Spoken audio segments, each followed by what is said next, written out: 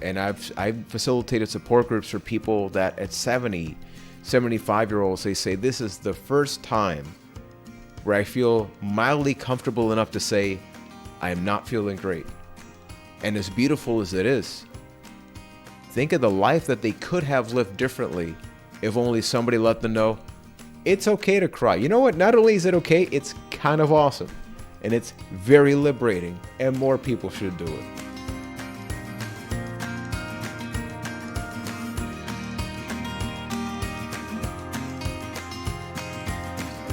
Friends, welcome to another special edition of Kim's Coffee House Chat, where we continue celebrating May's Mental Health Awareness and AAPI Heritage Month. I'm Kim Ewing, and for the past 2 weeks, we have began a healing journey by talking about mental health in the AAPI and Black communities. What progress have we made? How can we be better allies? And now we conclude this adventure by talking about the Latin communities and its progress and challenges related to mental health. With me once again is Joanna Archangel, who did a tremendous job last week. And now I give the forum to Juan Velas Court to share his perspective on mental health in the Latino community. Welcome back, everyone. The conversations we've had offline have been how healing the conversations are for us, right? And just the idea that we could be reaching so many people and how we have a lot in common. So I'm really excited about the opportunity to talk about the Latino community. No, and happy to have this opportunity here. So for a little bit of context, I am a Puerto Rican living in Puerto Rico. I think that one of the biggest things that we have within the Latino community is how diverse it is, because you can be Puerto Rican but living in New York, living in Florida, you migrated, or whether it was because of Hurricane Maria. So even in just the Puerto Rican culture side of things, it is diverse. But then you add in Dominican, Colombian, Venezuelan, Mexican, and the list goes on and on. So I identified a lot with Joanna when talking about the AAPI community, because at least with us, we kind of get lumped up and like, hey, it's Spanish, but it's like, it's a little bit more than that. And even the words change, you know, what may be a positive word for me may not exactly be one for you, or it could even be offensive. When I think about mental health and the Latino community, there's a lot of progress. One of the biggest and most beautiful things that we have in our community is we are super connected. There's a reason why people love to travel and hang out with somebody from the Latino community. We love and hug and kiss everybody. We love to be very just cordial and celebrate anything. There's got to be something to celebrate, right? So I think in the social connectedness, there's a lot of beautiful things. More often than not, that relies on you being fairly normal within the context of what a Latino man, in my case, would be, or a Latino woman, because there is a lot of challenges related to machismo and stereotypes. And I'll never forget my girlfriend at the time, who's now my wife. She would always want to, I always love to share this example because she would always want to meet my family. And on my father's side, there is a lot of machismo, and the woman is definitely below the man on the hierarchy scale. The women are the ones that cook. They're the ones that serve to that authority figure. And I was very intimidated by presenting my wife to that part of the family, thinking that I would be the same. And I remember growing up, I always said, like, I want to break that cycle. I think a lot of people want to break a cycle in lives, but it's really difficult to actually do it and not fall under the pressure from like, oh, look at you. Like, you think you're better than everybody else, because that's what you often hear. My wife was sitting maybe 6-7 feet away from me. One of my uncles looks at her, and she can clearly hear everything that is happening at that moment, and says, she doesn't work. You can get yourself another one. And then I looked at her laughing, only because of, first of all, the anxiety attack that I had at that moment of just like, what do you say to this? Because she clearly heard that. But then afterwards, I went over to her and I told her, I'm not going to be that. I have the power to make a choice in my life of who I want to be. But then when you're open in our community about the topic of mental health is it's like a leisure. It's like a privilege to talk about that because you got to work. It's like that crying thing. It's like that talking about emotions thing. That don't work for me. You got to work. You got to provide. You know, when you're a kid, you're the man of the house. If you're living with a single mother, our community more often than not does not have the traditional complete family. We have a lot of situations where it's a mother raising 4 or 5 kids, and whenever the man on the flip side, because I know a lot of awesome dads, but rarely is the dad the main figure. Usually they will say, oh, it's your turn, implying that it's like first this person and then this other person. And I think this is important for me to talk about because when I think about me growing up in the context of somebody overcoming depression and anxiety, I didn't know these things. I'm just a kid. Like I'm not thinking of my culture and my community. I'm like, hey, there's something up here I would like for somebody to help me. But I never understood why my father rejected me so much. When I become an adult, that's when I realized you want your kid to become a doctor. You want him to be somebody. But then the thought of somebody knowing they have a diagnosis is a sign of weakness. And that's when you hide that through alcohol or substances. And you can go to almost any place in Puerto Rico, and I know this happens in many other cultures as well, and it'll be a bar at 8 or 9 a.m.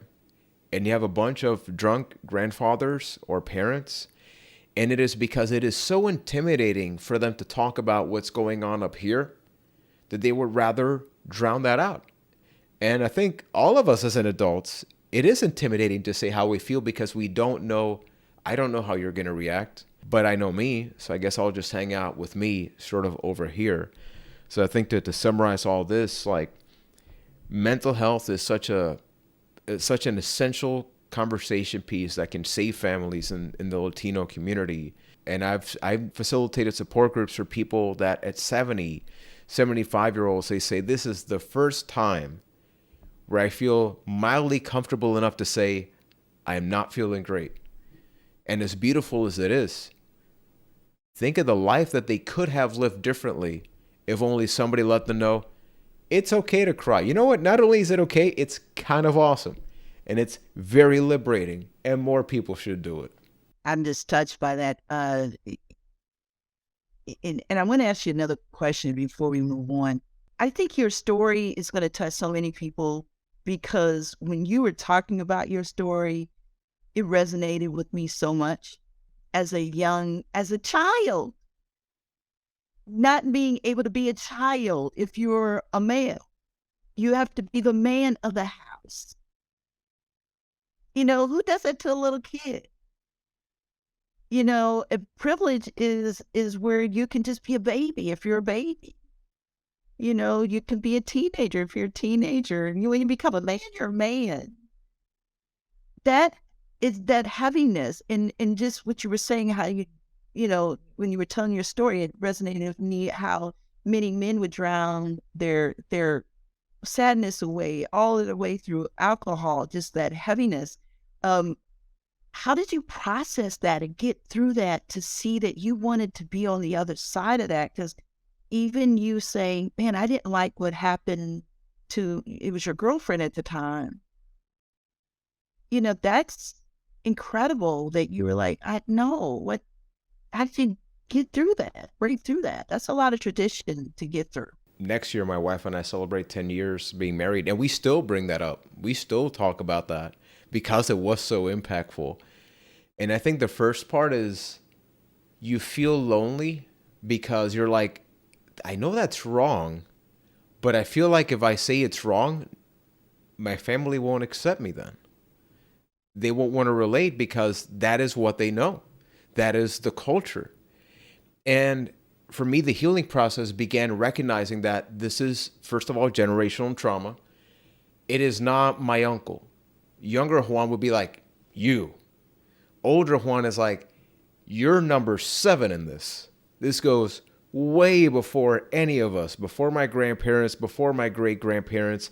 Where is that house? What is the history of that culture? So not taking those things personal was definitely a struggle, right? But it allows you to then feel sympathetic for that person and recognize that we as a community have become so used to that anybody that tries to break that cycle is very intimidating. But I had to recognize that that is the life that I wanted to live. I wanted to live a life filled with respect, filled with empathy, and that meant that I needed to develop a new social circle. And that maybe even to this day, I can't say I have an active relationship with those members of my family. I tried to explain things, but I also realized that I can't spend my whole life trying to change you, because it has never been my role to change somebody. I can educate you, I can give you the book, but it's your responsibility to read it, to comprehend it, and to consider, will this change anything of what I do? And I think going through that process of then thinking, wait a minute, who am I? Because that's the family that I come from. And to avoid the self-guilt of, oh, I mean, it's your family. It's like your father, your uncle. Saying, yeah, but I'm me. And I don't want to be that person, but I don't know who I want to be because nobody's allowing me to. And that journey of self-discovery took me from 14 years old till I'm 33 now. And it took me easily till I was 25, 26. So I think it just having that patience, but not compromising my values and principles was essential in that. Thank you, Juan. I know we've had a conversation like off the record, and even I have talked about like movies and things like that. It's really interesting how you brought up like it sounds like sometimes people are it's like they want to fit you in a box or people into a box. They're like people, we're not one-dimensional characters. There's no villain, hero, this or that. It's like, but there is like that arc. I think that journey. And I love how you're sharing about like your path, your journey, right? From there to where you are now, and what were some of the steps you've taken. So now in regards to your community, like what are some of the strides that you've seen as far as mental health? I know you've impacted this field, and thank you so much for the work that you do and you have done, by the way. But yeah, what do you want to share any of the strides you've seen? I think a lot of work has in progress has been done, not just for the Puerto Rican community, but the Latino community as a whole. And these boxes, these rectangles that we're in is a great example. I think before, and I think many of us can relate, before social media, if I was going through something, who do I talk about this in a safe space? It was very difficult. It was almost impossible. When social media came around, it allowed people to identify others going through similar things. And I began to see people becoming empowered through support groups, but people would often first begin through text messaging. So even in Puerto Rico, we have a crisis line that's available 24/7. And they say it's like way more people feel comfortable texting than they sometimes would have called, because if they've kept all of this within themselves, sometimes they don't even know how to express how they're feeling. But maybe with an emoji, but maybe with something that can help with that. And when you look at the landscape, like this week, something horrific happened in Puerto Rico regarding mistreatment of women. And years ago, this will not be news. This will be Tuesday. And then there will be another day and people will move on. But the fact that people are not tolerating that which should not be tolerated, I think is easily the biggest progress, because you hear so many other people speaking out and so many other stories. And I think even by the essence of what peer support is connecting, with people that have had similar experiences, just being able to say that, hey, you went through generational trauma. I went through generational trauma. And there's something beautiful about that, because now it's not my journey, it's not your journey, it's our journey. And I remember one time I went to Atlanta, Georgia for a conference, and I was talking to a Mexican family, and we were just trying to see like how different we were, despite that we both checked off the same box. And I have a very privileged life living in Puerto Rico, because the majority of the people that are here look somewhat like this person that's talking right now. I can't say that if I go to many other places. And that's what that family was sharing to me, right? How they've had to develop their own sub-community within a particular area, because sometimes a kid will say, Dad, how come that person doesn't look like me? Looking at the color of their skin, the language, and everything else. So I think it's creating those safe spaces has easily been one of the biggest progress and just beautiful experiences that I've seen so far. Juan, thank you for sharing that. And when you were sharing it, man, it just did my heart good to hear that you were having a conversation and exchange with another Mexican family. I mean, where you were just getting understanding between each other. That you said, hey, we got to check this same box, but how are we similar, and how are we different? Which is so important when we think about allyship too, right? And allyship is, how can I show up for you? And it sounds like you all were creating that, even though you were checking the same box, because you're all very different, right? But there were some things that you were connecting on. So when we think about other communities, what does allyship look like for you in supporting the Latin community? I think for me is understanding that culture is a beautiful, beautiful word, but unless we unpack it, it's very easy to say, like, for example, a Puerto Rican man, oh, I gotta like salsa, I gotta like rice and beans and chicken, and then I celebrate these holidays. This is my religious component. This is my politic. It's like, that's a stereotype. And many people will see one thing and the other and not understand if they're falling under the trap. So my invitation for somebody that doesn't represent or isn't a part of whatever community, I think this can apply to anybody. It's like, understand the culture. Don't assume it. Don't just assume that because I come from a certain place. For example, for many people, and whenever I have to travel from Puerto Rico and I have to take a taxi cab, I become panicked, because I'm just waiting for them to say the word, oh, you're so exotic because you're from Puerto Rico.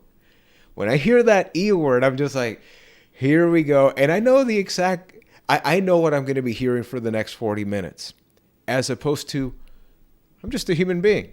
And you brought that up in your episode, Kim, which is, we sometimes look at people that don't look like me as, oh, this is fascinating. It's like, no, actually, we're all on the same boat, but different rooms, different, social economical statuses. And I would love to know about you. And if you get to know a little bit about me, you'll see we're just people trying to make it through Monday and then Tuesday. If you just sit down and understand how important the religious component can be for an individual's life, and how important it is for, we see this a lot here, especially with the topic of substance use, people that reach a really positive point in their life, but their biggest struggle is, I can't reconnect with my family.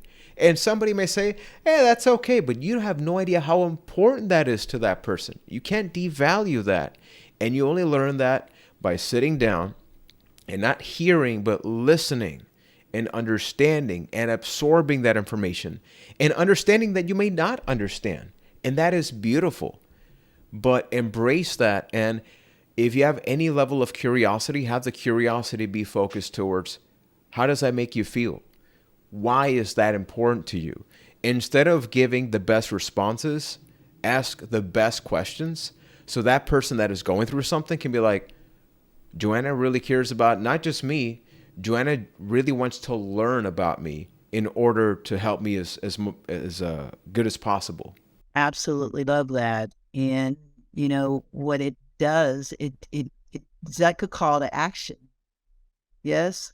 And to me, when it was resonating on, how can I be a better human? It's right. For many of us is to unlearn all that stuff. We all have stuff, and I always like see it as a house, right? And if some of us have had the opportunity of moving, sometimes we realize we don't want that same stuff. Some of that stuff doesn't meet our needs anymore. So we'll give it away, we'll throw it away. And sometimes we'll keep certain things, and then sometimes we'll get new stuff. It's really just doing that inventory about what serves me and what doesn't serve me anymore. And this is just a beautiful conversation that, yeah, we're different, but we have a lot in common. Joanna, how is this whole conversation speaking to you too, my friend? Thank you, Kim. It's just really amazing to see like both the commonality within our experiences and our values. I've heard a lot of one talking about like person-centered approach, really, and really, what does that look like? Peeling back layers, but also stepping back to offer that space. I've heard you say that.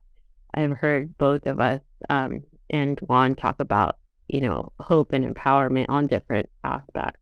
And one of the things that stand out to me too are what I'm learning throughout the experience. And I'm already thinking about like, my own personal and professional experience, like, hey, have I, done this or said that? And what can I do better?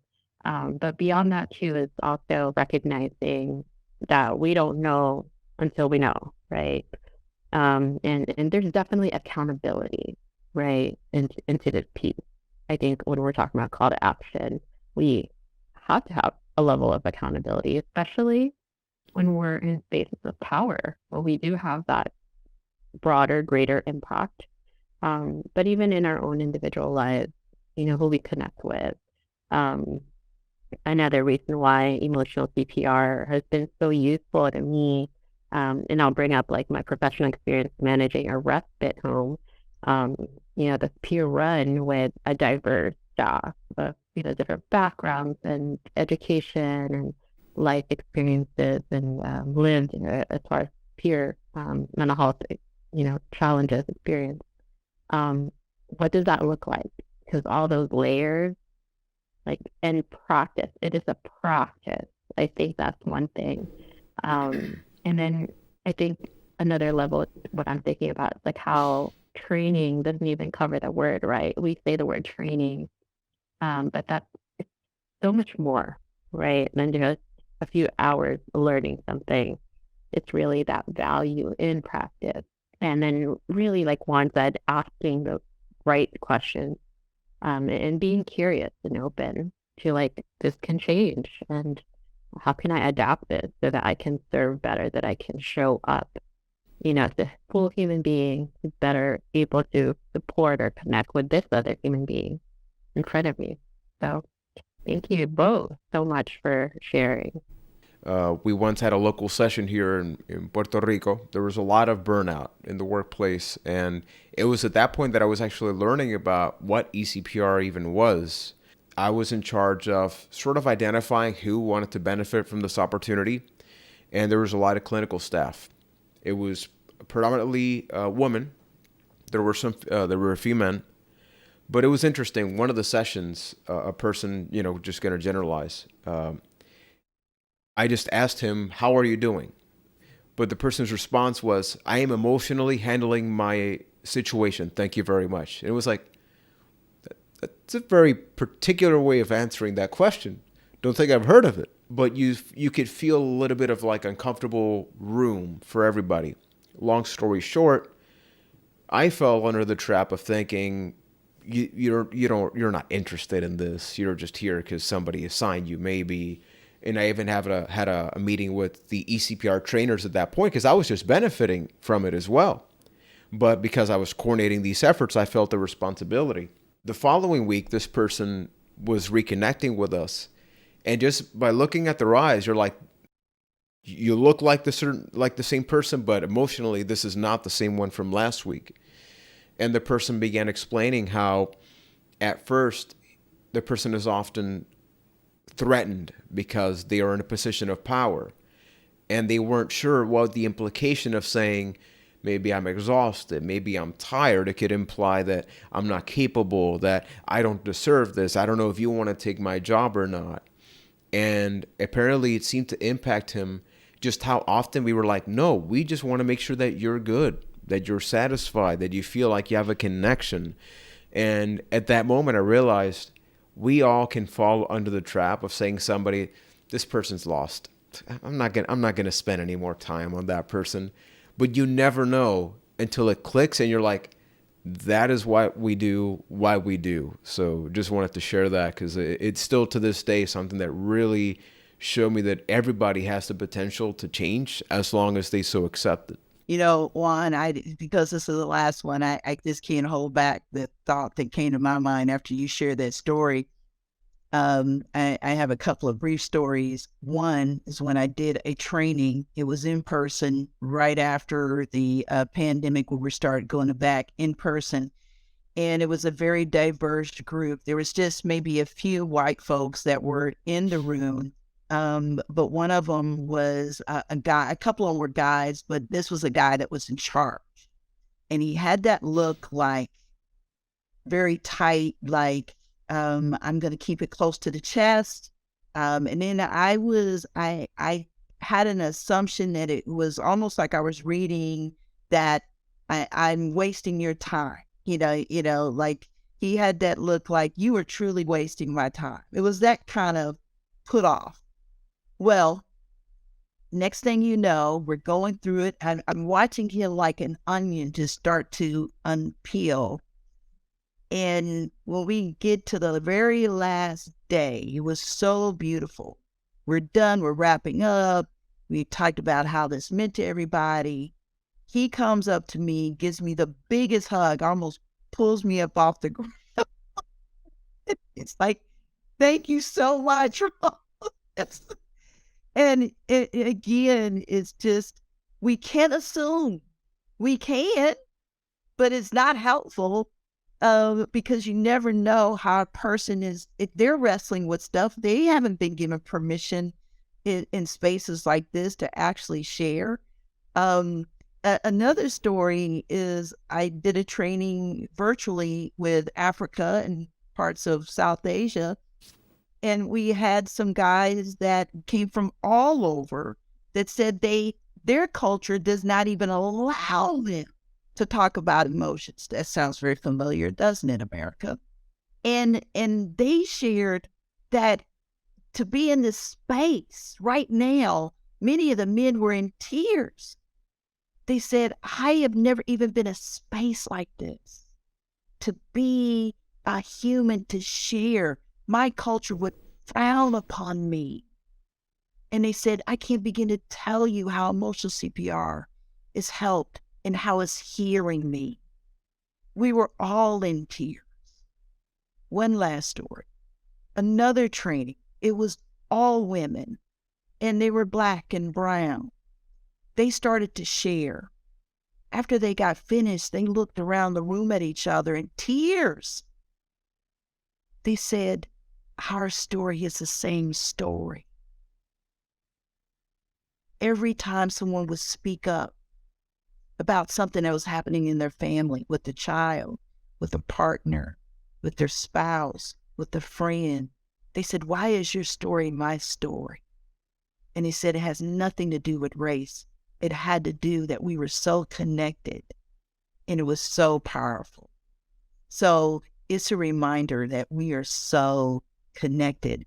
We just have to give ourselves credit that all that stuff that we learned that's negative and ugly and yucky, we need to just throw it away and come with this heart right here and connect and be with.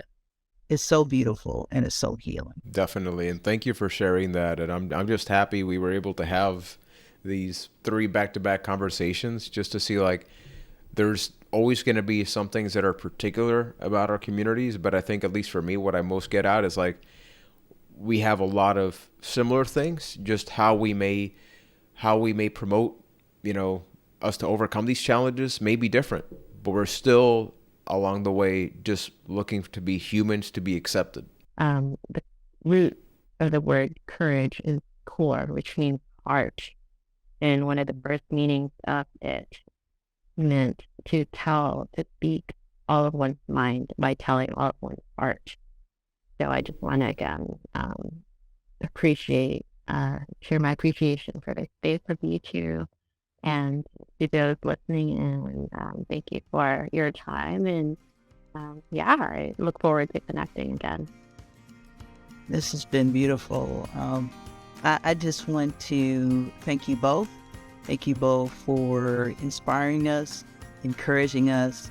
Thank you both for sharing your stories about your communities and the work that you're doing, the work that you continue to do. And again, I do want to thank Tanya Ryder with the National Empowerment Center that encouraged us to get together to have these very courageous conversations and healing conversations. And if I know Tanya, it's only the beginning. So get ready, because I know there's more coming around the corner. So again, thank you for joining Kim's Coffee House Chat. And thank you for just sticking with us through all three of these powerful conversations that we've had. So till next time, we'll see you later.